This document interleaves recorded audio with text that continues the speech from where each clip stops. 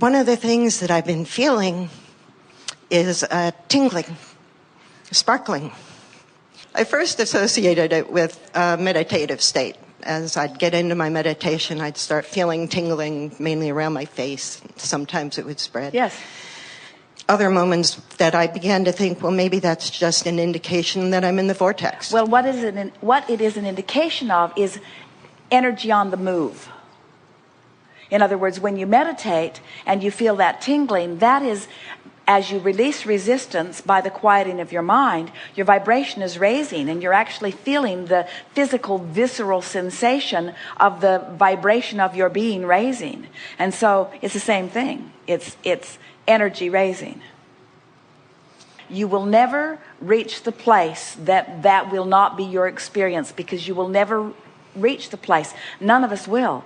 None of us will ever reach the place that there is not a higher, less resistant energy to discover.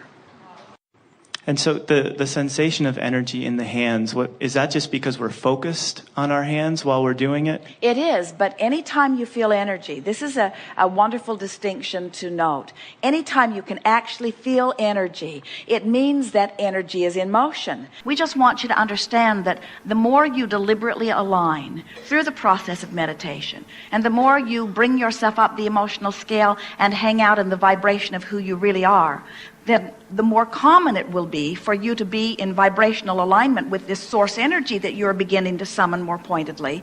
And then the less shocking some of that energy will be. We like to say to our physical friends who sometimes have those shivers, those shivers that go up and down you, but what it all is a surge of your connection to source, or your surge, not really a surge, but the sensation of suddenly not connecting with source. In other words, those sensations are energy either coming or going.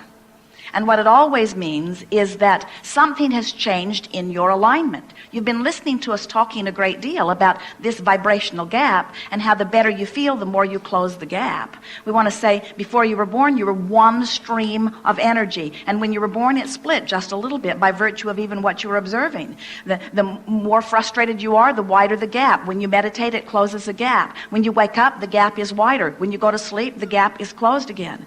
When you are frustrated, the gap is wider. When you're angry, the gap is wider. When you're depressed, the gap is even wider. When you croak, the gap closes. Nice. So the sensations that you are describing is all about the movement of energy. And so as you tap into this stream of energy, and you are often in alignment with it, and then you focus upon some old issue where you can't possibly be in alignment, that sensation of redirecting your focus to a place that doesn't allow the full flow is sort of like how water rushes in and water rushes out. Well, energy is sort of like that too.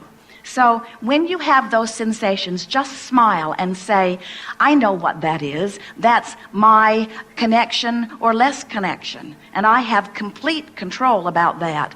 And then this is the most important thing we want to say to you. We don't want you to feel like you need to control it in the sense that you need to harness the energy and do something with it. You don't.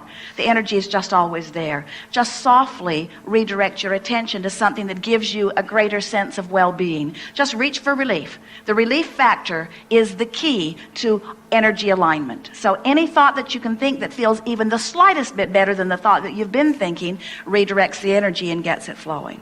One more thing, and that is that sensation of that energy, that sensation of that electrifying feeling or that feeling of the energy not being as strong. Let's say, and it's accurate, that your source energy is over here in this pure positive place. High flying, good feeling, fantastic energy of passion and appreciation. Fast moving energy. And let's say that you've been working your way up the emotional scale and you're hanging out in places that feel pretty good.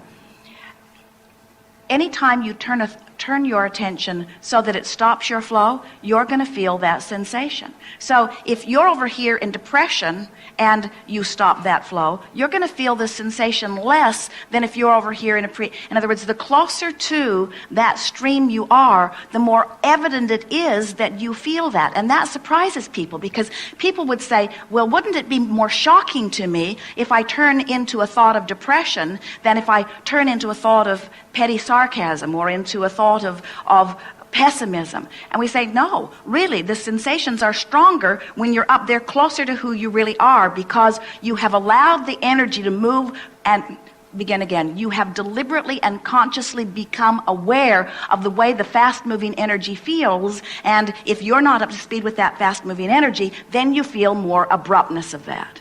You have to, once you know what you know, look at some people who are beating the drum of things that are troubling and beating the drum of things that they are complaining about, who commonly disallow the fullness of who they are, and you must wonder, how in the world do they stand it? And the way they stand it is that their gap isn't wide like that. In other words, if you want a little and you don't allow it, it's not a big deal. But if you want a lot and you don't allow it, big deal.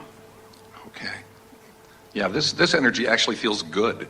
I mean, it's a good feeling. Well, we like that it feels good, but you know what we really want for you? What's that? We want you to not even be commenting about it because it is so natural. Thank you. In other words, the awareness that you have that sometimes it just spikes into this really good place means that you're not always there. And that's what we meant. We want you to get so accustomed to it. Esther remembers in the beginning of receiving us, she would stand at the platform, or in the beginning she was sitting, holding on for dear life for fear we would take her off into orbit somewhere. And as she would allow us to come forward, she could feel the difference in the energy of us from the energy that was normally Esther, and it was a swooning experience. It was such an incredible experience, and it gave her a sensation of confidence that she'd tapped into us. In other words, no question in Esther's mind that there was something going on, because she could feel the incredible difference in the way she was feeling. And then in time, after some months and eventually years of allowing us to flow through her, Esther remains pretty close to where we are most of the time. And so the sensation of Abraham flowing through her is not the physical phenomenon to her that it once was.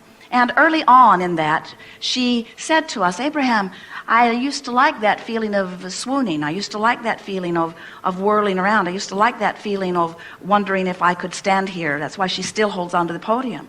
And we say it's a good sign that that sensation is diminishing, because it means that the difference between you and you is becoming less significant all the time. Same with you.